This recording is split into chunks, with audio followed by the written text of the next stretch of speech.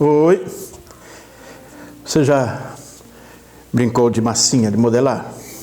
Gostoso, né? Gostava muito de brincar quando criança, ainda hoje. É uma boa terapia. Mas vamos à meditação de hoje. Eu quero usar o exemplo dessas duas bolinhas aqui de massinha para a ilustração da mensagem desta meditação. O azulzinho aqui representando o homem e o vermelhinho aqui a mulher.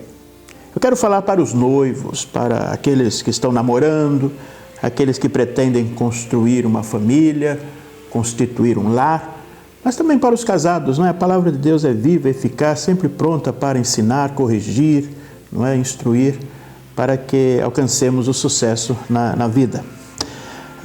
Podemos entender que há alguns tipos de relacionamentos conjugais. E relacionamentos que formam, às vezes, grandes parcerias.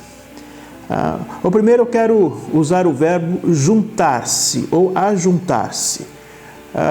É um relacionamento muito interessante quando uma pessoa encontra a outra, porque juntar significa duas pessoas ou duas coisas que se tocam, não é? E há relacionamentos assim. Pessoas que vivem muito bem com o outro, com a outra pessoa, mas num relacionamento egoísta. O pronome que vale é o eu, não é? Eu estou junto com o outro porque há um interesse próprio, não é? Eu estou junto com uma pessoa porque é vantajoso este encontro, eu tiro vantagem disto. Não é? Essa pessoa atende às minhas necessidades e, com isto, um bom negócio. Esse tipo de relacionamento, ele é meio fraco demais, porque esse ajuntamento, quando acaba o interesse, não tem mais sentido de estarem juntos. Então, cada um vai para o seu lado, não é? Sem nenhum problema, estão inteirinho, não é? Vamos arranjar outros, em outras situações, para estarem juntos. Esse relacionamento voltado para o individualismo, né, o egoísmo, não há muito entrosamento com o outro. Cada um tem a sua vida, né, vivem muito bem sozinhos também. Bem, um outro relacionamento, vamos usar o verbo unir. A união, né, é a maneira com que duas pessoas se aproximam para a comunicação. A união é mais forte. Ela constitui de casamentos, porque a força é a mutualidade. O pronome é o nós. Nós vamos estar juntos. Há uma aliança, há um contrato de vida, não é? O amor nos une de tal forma que vamos construir filhos, vamos produzir, e nós encontramos famílias assim, que realizam-se, não é? Constroem um lar muito bonito ao longo dos anos, são verdadeiros sócios, não é? Fazem tudo juntos, não é?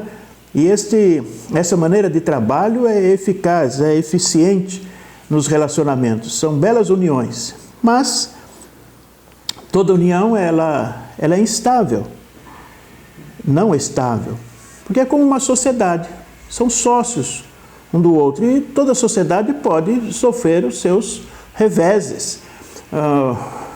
Alguém que quebra um contrato, quebra um acordo, há uma infidelidade, não há mais confiança, o que acontece na sociedade? Eles rompem uma sociedade. Essa união, não é? Diferente do ajuntar, veja, eles estão juntos, olha só, estão bem unidos, não é? Se comunicam bem, estão bem ajustados, não é qualquer coisa que separa, não é? Mas a vida também proporciona uma crise desses relacionamentos de sociedade, sendo que é possível romper. É muito doloroso esse rompimento, porque eles já estão com marcas um do outro, eles já estão com um tempo de vida, há filhos envolvidos, há bens que eles construíram, produziram, e é muito difícil, mas acontece. separações de ótimos relacionamentos em que não há mais confiança e eles se separam. É uma tragédia. Mas eles superam, não é?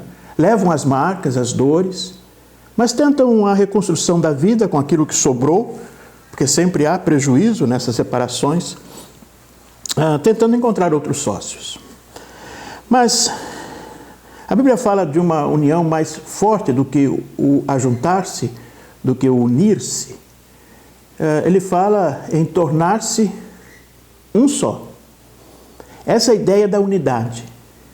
É diferente do ajuntamento, da união, da associação. A unidade tem um pronome mais forte.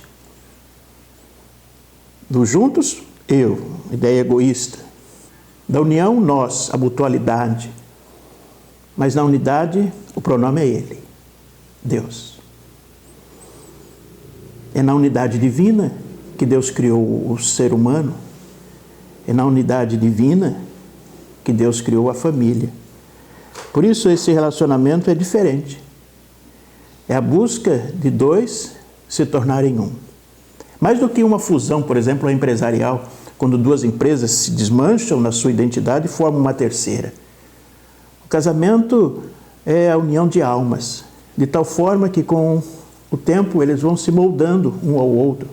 Eles vão se acomodando, não perdem a sua individualidade, mas eles estão juntos de tal forma em que eles vão formando uma unidade em que não há mais condições de separação. Olha só, eles estão um. E quanto mais o tempo passa, mais esta unidade vai se fazendo com que haja uma interação tão grande em que se torna impossível mais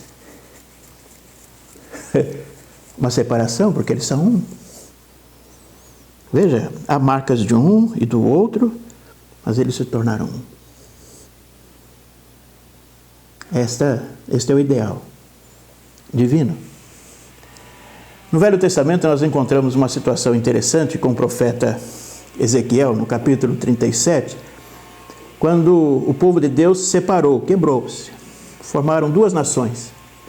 E o Senhor pediu para que aquele profeta pegasse 2 pedaços de madeira, escrevesse num o nome de Judá, que era uma nação, uma parte da nação do povo de Deus, e a outra Israel, o reino do norte e do sul. E ele diz assim no verso 17, ajunta um ao outro, juntos, para que se unam e se tornem um só na tua mão. Aqui está o segredo da vida familiar. O juntar-se depende de mim.